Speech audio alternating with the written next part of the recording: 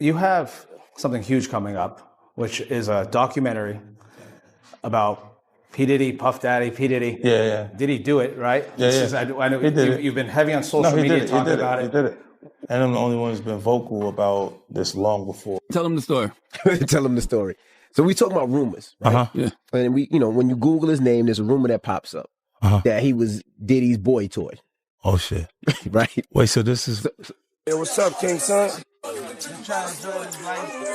Man, you doing it, man. You deserve it, Daddy. You putting in that work. Proud of you. I love you. Yeah. I mean, you already knew the type of nigga before you got here. Don't play. Relax and Another rapper is doing his best to distance himself from Sean Diddy Combs after the music mogul was arrested and charged with racketeering and crimes. We're taking a closer look at Meek Mill. 50 Cent's new documentary didn't start gossip. It reopened a chapter hip-hop had quietly buried beneath success and silence. For years, the relationship between Diddy and Meek Mill existed in a strange gray area, visible but never fully explained, public yet carefully guarded. Old appearances, casual interactions, and industry moments are now being re-examined through a different lens, turning what once seemed normal into something far more unsettling. When influence operates unchecked for too long, the question stops being what happened and becomes why nobody asked sooner, and who benefited from the silence. Meek Mills. Well, he said a Philly rapper. You understand? And it was redacted in the paperwork to that because first of all, it had Meek Mills, it had Stevie J, they had redacted their names, and they had Usher, and they redacted their names and just said a performer of the Super Bowl and a Philly rapper. Everybody kind of knew back in the day that Meek Mills and Puff was a little too... Whenever silence becomes profitable, 50 Cent has built a reputation on breaking it. His role in the documentary isn't neutral, it's deliberate and strategic. Anytime two rappers or two people in the industry come dressed up alike on more than one occasion, my man, listen here, man. My dudes in Philly, I got some real strong dudes in Philly. They don't play that shit. And they probably embarrassed for the fact to see that Meek Mills, one of the street guys that came out of there, got caught up in this Hollywood, whereas that he's dressing like, he dressing the same, he dressing like Diddy, hugged up with Diddy. I think that Lil Rod know a lot of shit, but I know this. Two men dress alike, it's just like two men laying down. When they both get up, they both homos. And that's real talk, bruh. My man, you go to a party, dog, and the nigga got the same shirt you got on, I'm taking my shirt off. I'm walking around in a t-shirt. And then, not to blow Meek Mills up out the water or anything like that, it was said that they checked his Google search and all the other shit, and he was searching for some online gay porn and all the other shit like that. Oh, wow. That's crazy, bro. But listen, those are what, it's crazy that money, that lifestyle, and you trying to fit into something get you. These guys never set out to do all this shit. Meek Mills, when he got into the game, he didn't set out to be questioning about his manhood with Diddy. But he put himself in that position. As someone who survived the industry without depending on its protection, 50 speaks like a witness who stepped away before the doors closed behind him. By speaking out now, he shifts attention away from speculation and places pressure directly on those who remained silent while power operated unchecked. Meek Mill and P. Diddy matching outfits picture goes viral after Meek Mill comes up in this lawsuit, right? You got this lawsuit where this dude is suing P. Diddy and people been going through it. He brought, I believe, a Young Miami name came up in it, like about her cousin, doing some things. And then the dude also stated that P. Diddy was bragging about getting with somebody who is a Philadelphia rapper who used to date Nicki Minaj. Goddamn Meek. No, Meek, no. Boy's getting hot up in that kitchen now. It's getting hot up in that kitchen. So now all of a sudden, this pic done came out. They got the matching shirt on and all that. Boy, ain't looking good out here. Ain't looking good out here for Diddy and them. Ain't looking good. And this is just the beginning. You let them tell it. It's just the beginning. To turn around and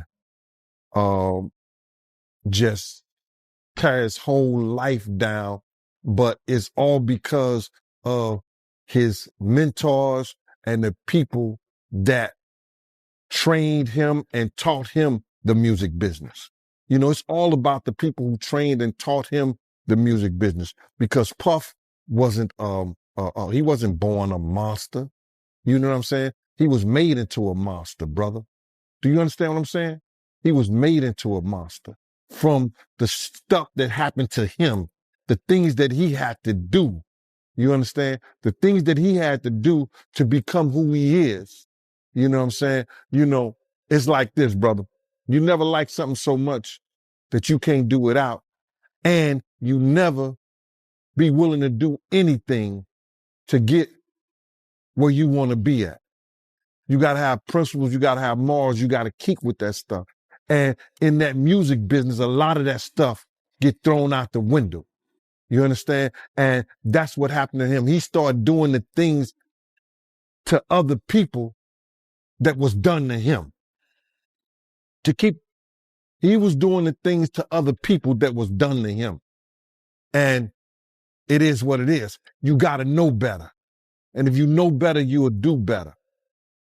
When he was in New York City, he was like that gecko from the Geico commercial.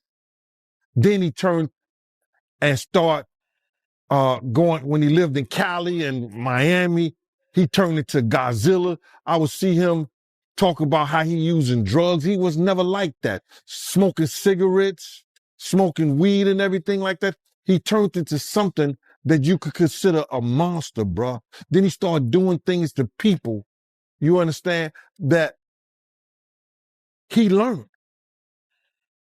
That's a learned behavior, bruh.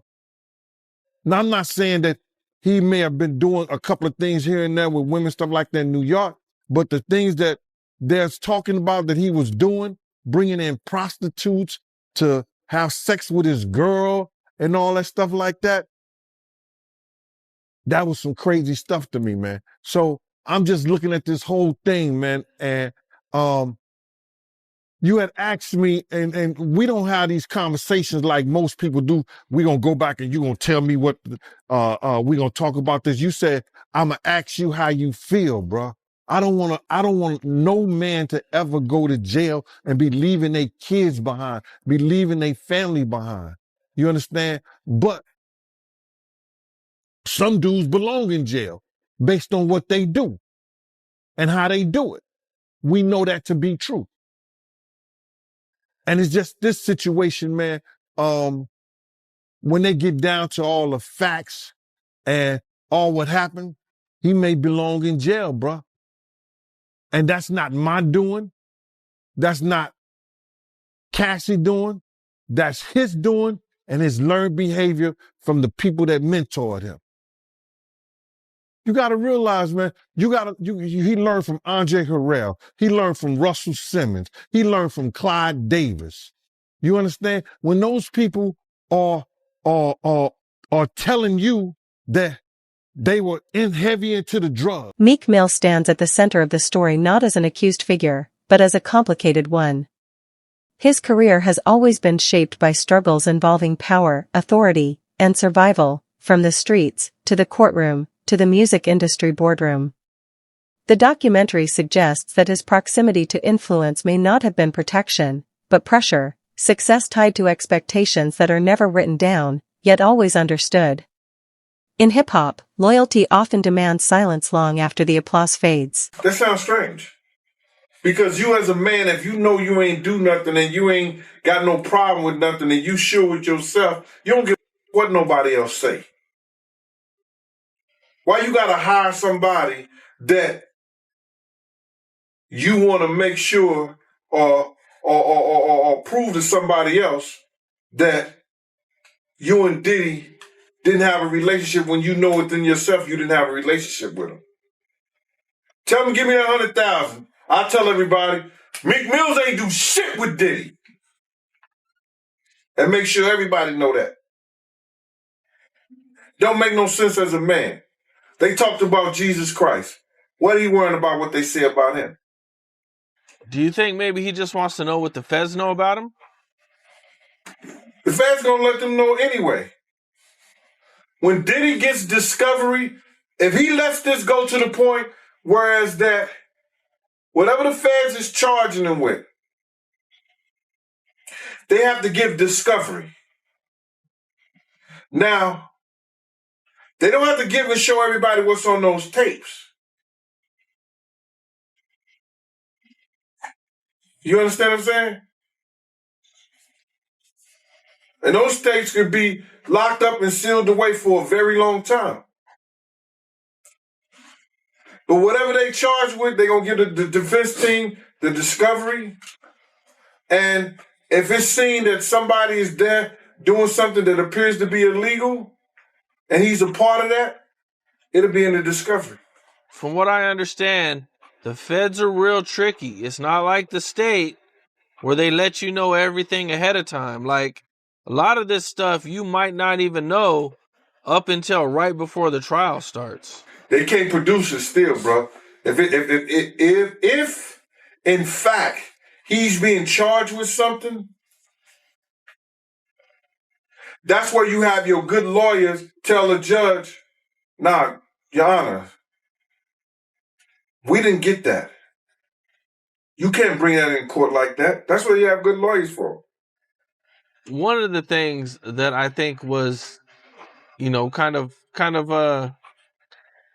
just didn't understand it, but they're saying that Diddy is facing asset forfeiture. The government wants to seize the properties tied to racketeering, trafficking, and prostitution charges. That's a good way of saying that what a black man has earned all these years for doing music, we want to take it away because he didn't get this from doing music, which is a lie. He got those things for doing music, selling alcohol, doing whatever he was doing. So now they want to put a crime on it and try to seize his property and seize his things that he has earned, which has nothing to do with what they're trying to charge him with. Yeah, it's literally nothing to do with what he's being charged with, which is what I thought was kind of... Diddy's public image has always been carefully managed, polished through decades of branding and reinvention. But power rarely leaves visible fingerprints. Rather than making direct accusations, the documentary focuses on patterns, behavior, tone, and the way authority may have been exercised behind closed doors. His calm presence during controversy feels less like confidence and more like familiarity, raising the uncomfortable question of whether chaos followed him or was quietly shaped by him. I think I told you about that. One time, him and Sarah and this young girl flew from Atlanta. and and flying from Atlanta, we had this artist with us, right? And we were staying in the presidential suite at the hotel. And this particular artist and Puff, they told me, don't let nobody come in the room. So I said, all right, cool. So I propped my chair by the room door while they went in. So this artist's cousin knocked on the door. So I went to him and I let him in because I knew him. I see his face and everything. I seen his face several times before. He said, yo, I got to speak to my cousin. And I said to him, I said, well, they busy right now, man. And they told me don't let nobody come in the room. He said, yo, I'm going in the room to get my cousin out. And I said, bruh, you ain't going in the room to get your cousin out. They told me nobody could go in the room. So he said, I don't care who you are, what you doing like that. I'm going to get my cousin. He went to go and try to open the room. I grabbed his ass, joked him up, and slammed him on the piano. And the next thing you know, Puff and this artist run out the room naked. And so then I said, I see the artist trying to grab a towel. Puff didn't give a shit. And the artist like, yo, what's wrong? What's going on? What's going on? He's like, yo, G, that's my cousin. And I was like, yo, my man, he was trying to get in the room and y'all told me don't let nobody else come in, let nobody come in this room. Jesus Christ gonna have to come take the Puff. No, Jesus gonna have to take the air out my body if anybody coming in that room. And Puff just looked at the artist and the artist said, you ain't want to come up in there? It was a lot of no. That was it. And I ain't telling you the artist's name. Oh man. So you ain't gonna tell the artist name, yo? You ain't want to come up in there? Because it was a lot of freaking shit going on. Was it a rapper or a singer? It was a rapper. A rapper that probably do a little singing too. And that's all I'm going to say. The leaked audio didn't create the story, it intensified it. Tone revealed what public statements and denials never could: hierarchy, aggression, and private authority that appeared to contradict years of carefully crafted messaging. The recordings immediately shifted public perception, turning whispers into serious discussion. Once conversations meant for private rooms become public, power structures begin to lose control, and reputations are forced to stand on their own. I'm getting backlash, people feeling like, he being fake because, he had a relationship with Diddy. Like, how you feel about that? My man, I can't judge Meek Mill as a man. I don't know Meek Mill as a person. You understand? And if he wants to say no Diddy, no homo, no this, no that, that's his choice. I know a lot of Phillies dudes and they strong out there, and some of my people are cool with Meek Mills. You understand? People. Some of my people are cool with Meek Mill's people. Meek Mills was a young guy, and Diddy was an influencer, and he may have influenced a lot of things that Meek Mills got caught up in the game in. Brother, I don't know Meek Mills as a man. You understand? I know some of his people through my people who knows his people. If Meek Mills want to say no Diddy, if Meek Mills want to say no homo, I don't have a problem with Meek Mill doing that. Meek Mill's got to deal with what he got to deal with based on the relationship him and Puff had. Dressing alike, being cozy, Puff calling him daddy, saying little innuendos to him. People are looking at that and saying Meek Mill is wrong for saying no Diddy. But you can't tell a man how to spend his money and how to make love to his wife or his Diddy. So I don't know. I don't know, Mike. I just don't know. Nah, I feel you, man. You know, I get it, man. I see where you're coming from. But I gotta ask you about this party, right? That Diddy threw for Meek Mill. You heard about how the owner, she came out saying that she found used condoms, lubricant, razor blades, powder, blood on the bed sheets. You heard about this? No, what happened was is that uh uh Diddy had rented a mansion out for Meek Mill's birthday party, and he had rented it for like uh $25,000. I remember we rented one of Cher's mansion out. You know what I'm saying? And that's the day he had fired his cook, but that's a whole nother story. You know what I'm saying? It was me, Wolf, Mace, was Ock staying there? No, just me, Wolf, Mace, Puff, and there was one other person staying in the mansion. But anyway, long story short is that they came recently. This happened a long time ago, but they recently just made a statement that they found loads of cocaine. I wonder what they did with the cocaine, but they didn't turn it over to the police. They said they found loads of cocaine, razor blades.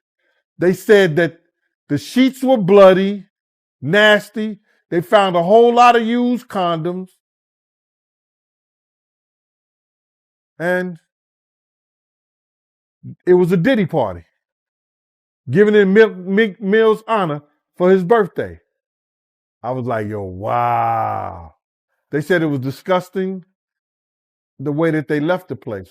So I know they got hit with another bill on top of that $25,000 and the different deposits they had to put down for cleanup and all this other stuff.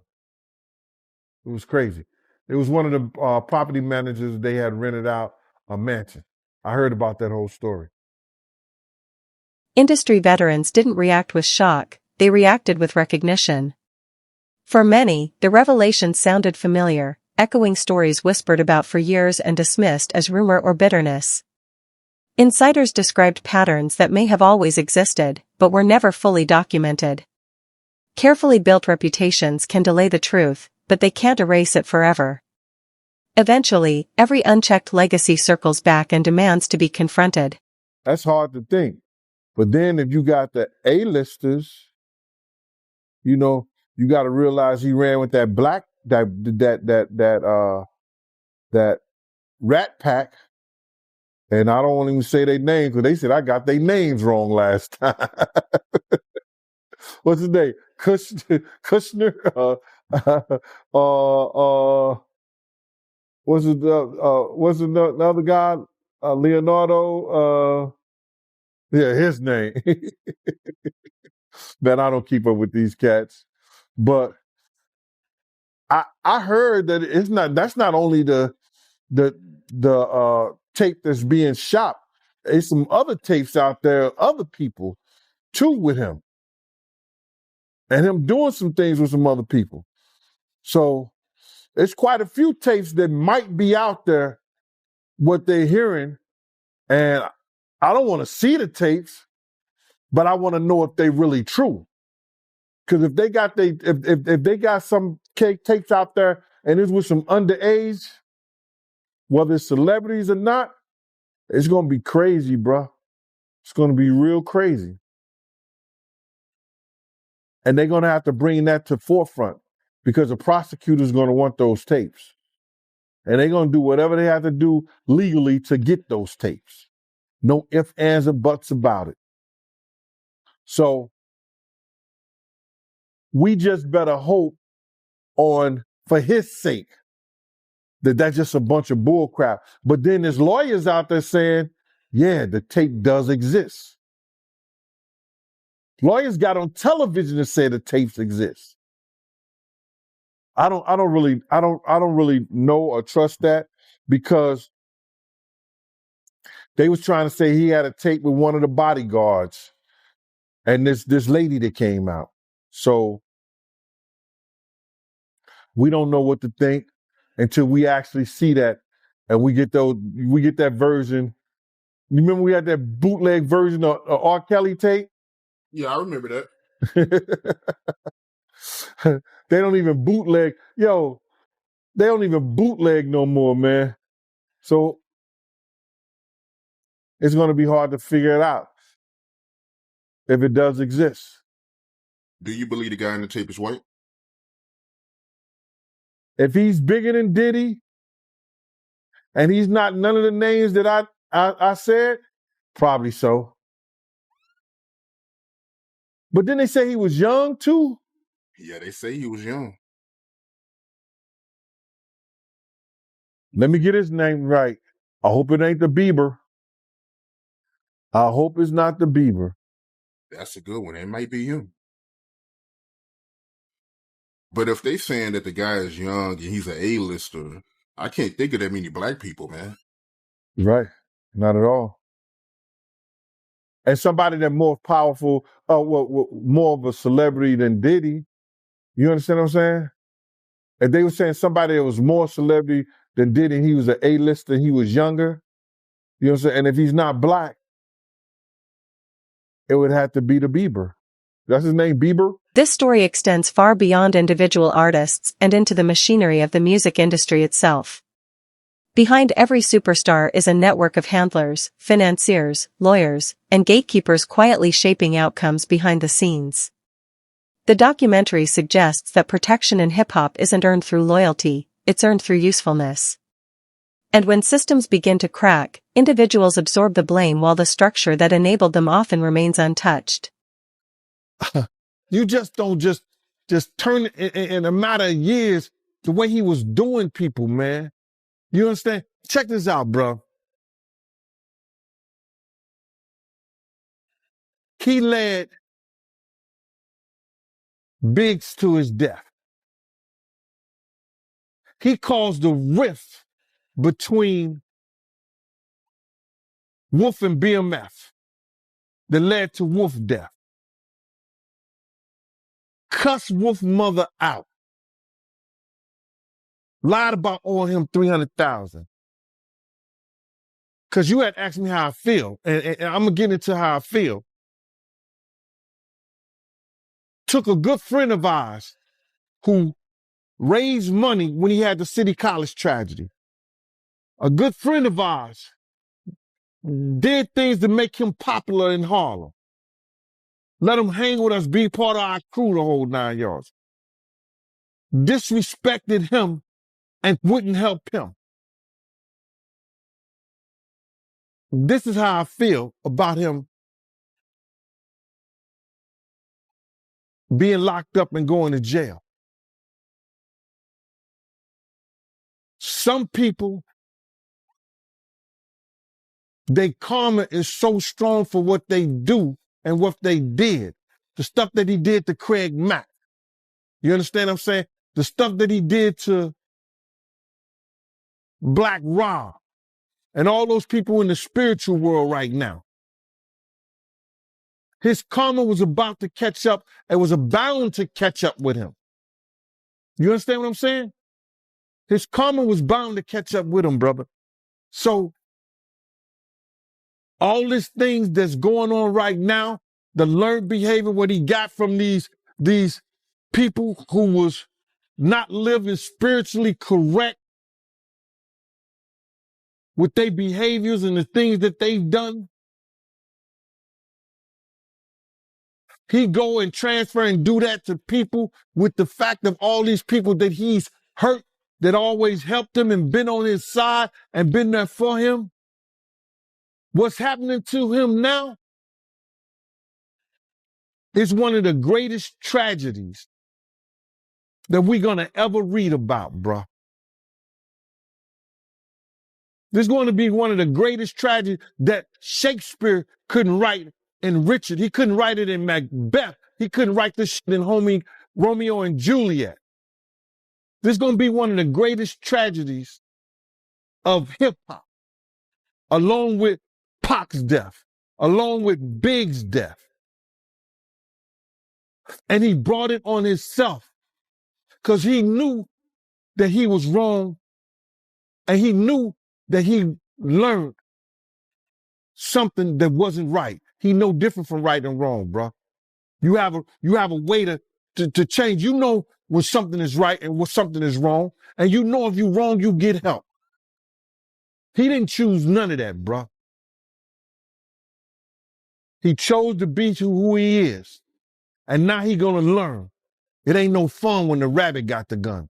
What 50 Cent released isn't a conclusion, it's a fracture running through alliances that have been protected for years. The documentary doesn't solve the mystery. Instead, it exposes tensions, contradictions, and silences that can no longer hold. What we're witnessing may not just be fallout between artists, but the slow unraveling of an industry narrative built on image and control. In hip-hop, truth rarely arrives gently. And when everything finally comes to light, the real question will be whether accountability follows, or if history simply repeats itself.